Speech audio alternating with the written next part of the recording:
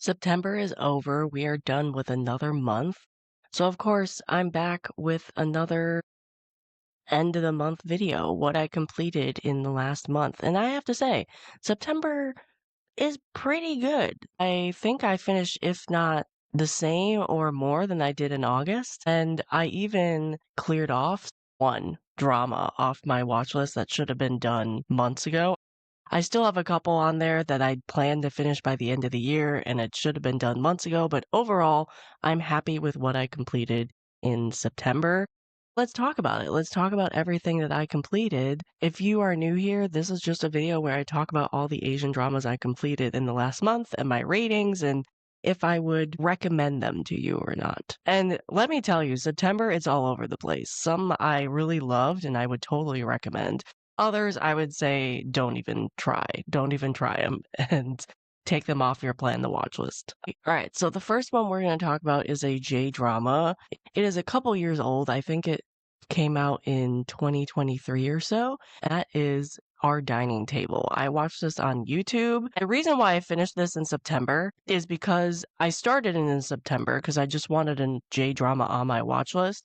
But I was afraid it was going to be taken off of YouTube, so I was like, I might as well binge this and get it over with. It's really easy binge. It's really short. It's like 23-minute long episodes, 22-minute long episodes. Really, really short. I rated Our Dining Table a 10 out of 10. I love this drama. It is definitely going to be one of my new comfort watches. I clicked play due to the fact that it is a food drama. It's called Our Dining Table for a reason.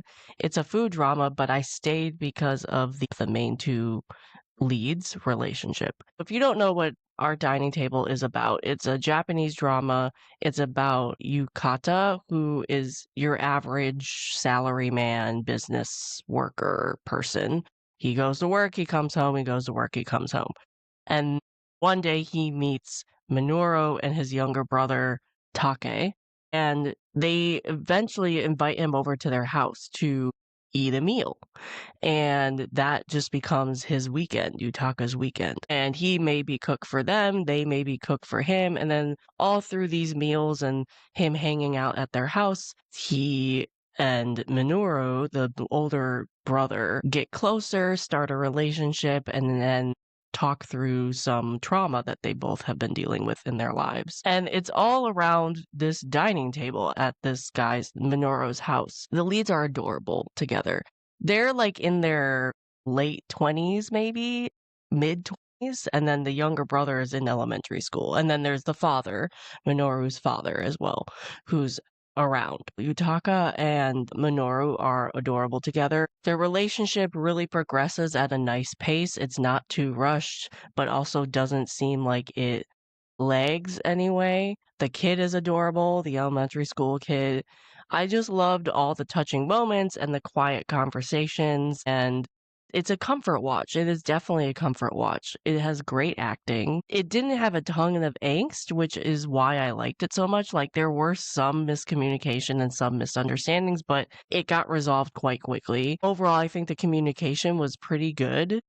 I do wish we got more information on Yutaka's family. They were part of his trauma and his story, and I kind of wish once they had resolved that, they got some heartwarming scenes on the back end of the drama, or at least they showed like how their relationship changed once the trauma and the angst was resolved. But overall, I would highly recommend Our Dining Table, 10 out of 10.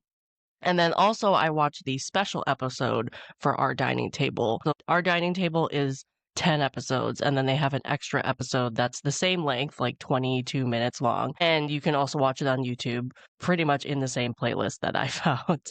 And it's basically something a little extra, a little cherry on top when it comes to this drama. It's our main couple, his brother Take and the father going on vacation for Take's birthday. And it's just cute, kind of just like you don't want to say goodbye to this drama yet. You have another episode to watch. I actually kind of wish it was longer because I wanted to maybe do like a year time jump and see where their relationship is. But I think I just was wishful, like had wishful thinking because I liked this couple and I liked this drama so much. So 10 out of 10 for sure for both our dining table and the dining table special. This is probably the best thing I completed in September by far.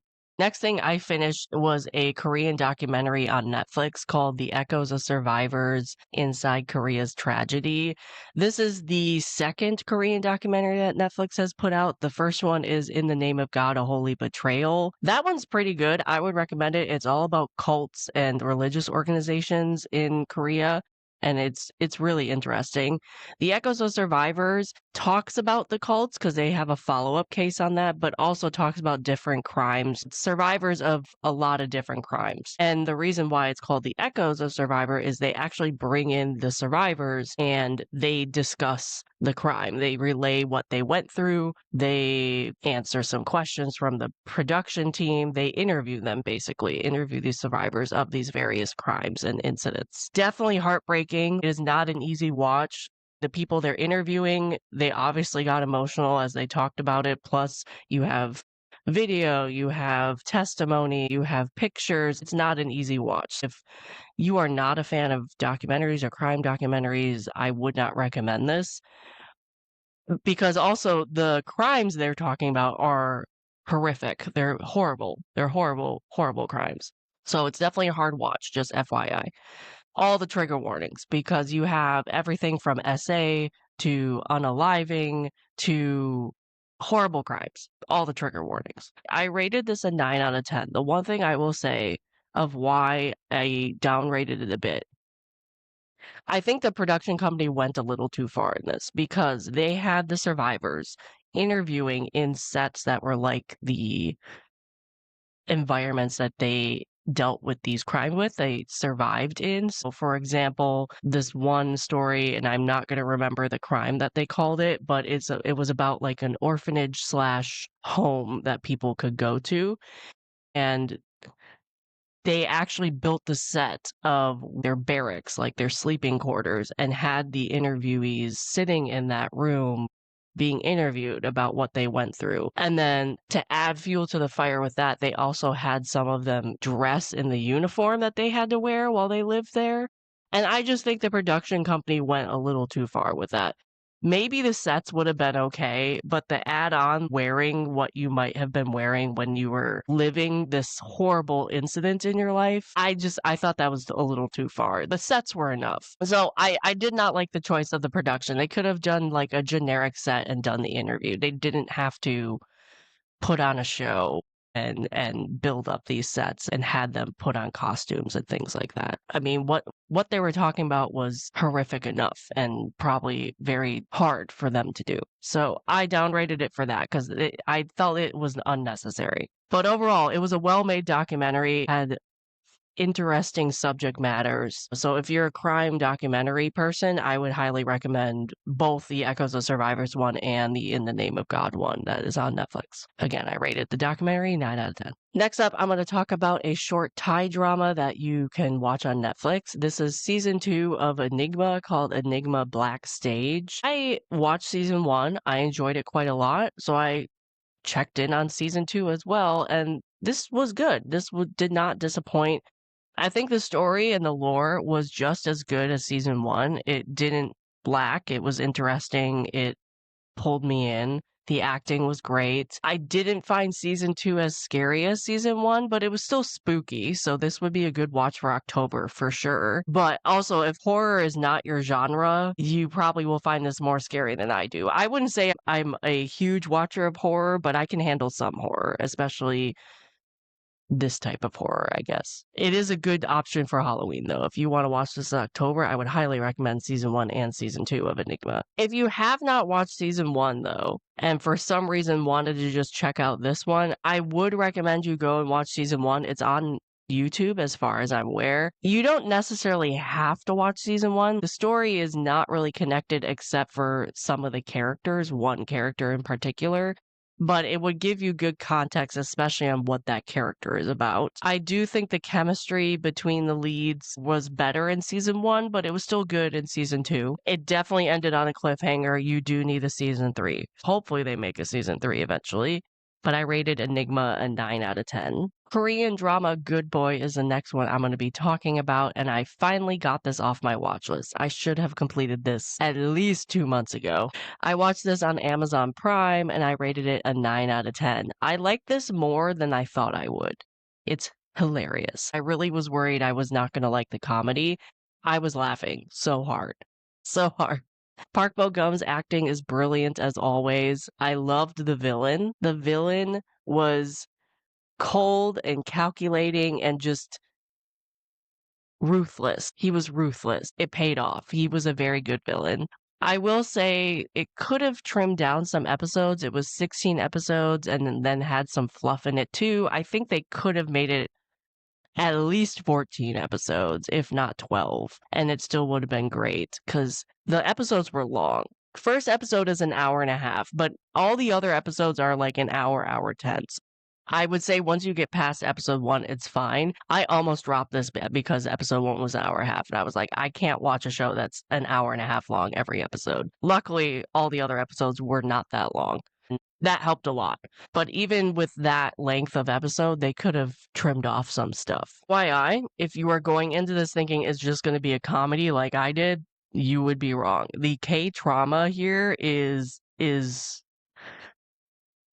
big. It's big on multiple levels, from different angles. I'm not going to spoil what that is, but Park Bo-gum's character goes through it in this drama for sure. For sure.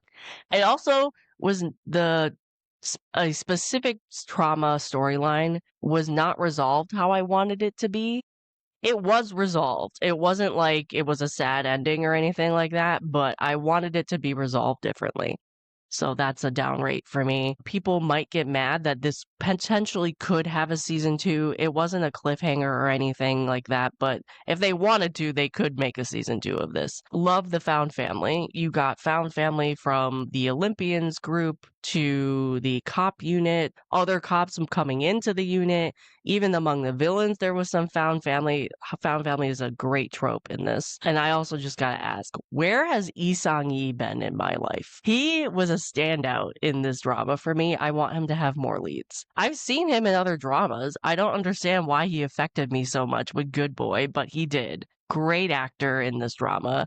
Loved his character. Him as a fencer, chef's kiss. Really good. I rated Good Boy a 9 out of 10. 3 more things that I completed in September, and we're going to get to some of the stuff I disliked very soon. But first, we're going to talk about a Chinese movie. I watched The Creation of the Gods Part 1, Kingdom of Storms. This is on Amazon Prime in the US. I rated this an 8.5 out of 10. This is an amazing cast, for one. It had so many people in it. Great acting. It is an epic, epic fantasy story. They went all out. I can see why the movie took forever to make. Apparently, they took like 6 years, 7 years, 8 years to make. Can see why. I enjoyed this movie a lot. I can't wait to watch the other 2 in the trilogy. The second one is already out, so I need to find it. I think it's on YouTube. Third one isn't out yet. I think it's out in 2027, I think. I think due to the fact this movie is a trilogy, though, it had lore, it had gods, it had magic, it had everything. I wanted more of everything. And I think because it was a trilogy, they kind of spaced that out a bit because they needed to spread the story through 3 movies. So I wanted more. And I think we obviously will get more in the movie 2 and movie 3. Great fight scenes. The CGI was great. I could see why this got all the praise when it premiered in theaters. Little slow in parts, but mostly because there's a lot of talking in this. You have to really pay attention, and sometimes that seems slow to me a little bit. Also, it's based off a very famous story in China, and I didn't quite understand 100% everything, and I think that's just like a cultural thing. I don't think I know enough to understand every little thing. But this story has been adapted many, many times in China, in dramas and movies and everything. So it's not a new story, but I think it's a pretty interesting and good story. It's an epic, epic story, as I said. So the story was a little confusing to me because I don't think I quite understood everything that was going on. And also, there was a lot of characters you had to pay attention to. You had to pay attention in this movie. So if you're one who can't really pay attention during a movie, you might not like this. But I rated this an 8.5 out of 10. I still think it's a really good movie, and I'm really excited to watch the second one. Okay, moving on to a couple things I would say skip. Do not watch these. First one is the Korean drama Summer Strike. I rated this a 5 out of 10. I would have dropped this if I was not watching this for a podcast episode. Now, to be fair to the drama, I knew going into this I would not like it as much as maybe other people. Because one, slice of life is not my thing. I don't like it for the most part, so I usually avoid it. And this definitely has slice of life, especially at the beginning of the drama. Now, spoilers if you don't want to be spoiled about this drama. Because this drama is older, it's like a 2022 drama, I knew this was going to happen. But in the last 4 or 5 episodes, a crime is committed. I'm not going to say what, but something happens and it takes a more dark turn in the story. Now, hearing from what people said on social media, I thought it was like abrupt change, but in my opinion, it's actually introduced throughout the story, so it wasn't as abrupt as I was expecting. I thought I would like it more because I knew this crime was going to happen. I still didn't like it because I figured out who did the crime back in episode 3. So I was bored. I was bored not only because of the slice of life, but I also was bored because I knew who the culprit was by the time the crime really got going. The 2 romances were sweet though. I think they had their moments. I definitely think I liked the second couple more than the first couple. And overall the drama had its sweet moments and it had beautiful cinematography. This drama wasn't for me. I don't think it was for me. So I rated this a 5 out of 10. I personally would not recommend this drama, but I know other people like it a lot. Last thing I'm going to talk about is I finally finished the Donghua Super Cube. I had this on the back burner and I really just needed to get it off my watch list or decide to drop it. So I decided to finish it because it was really short. I say save your time. Don't watch it. It started out great, but it didn't end great. Definitely needs a season 2 because, in my opinion, nothing really was explained and there's a lot of unanswered questions. At least I had a lot of unanswered questions at the end. Story was very confusing to me and didn't have direction. The only thing I liked about this really was 1, the animation. It was beautiful to watch. And 2, the fight scenes were very well done. And I thought that was entertaining. They were animated very well. They were exciting. They were fast paced. But everything around those fight scenes did not make sense to me.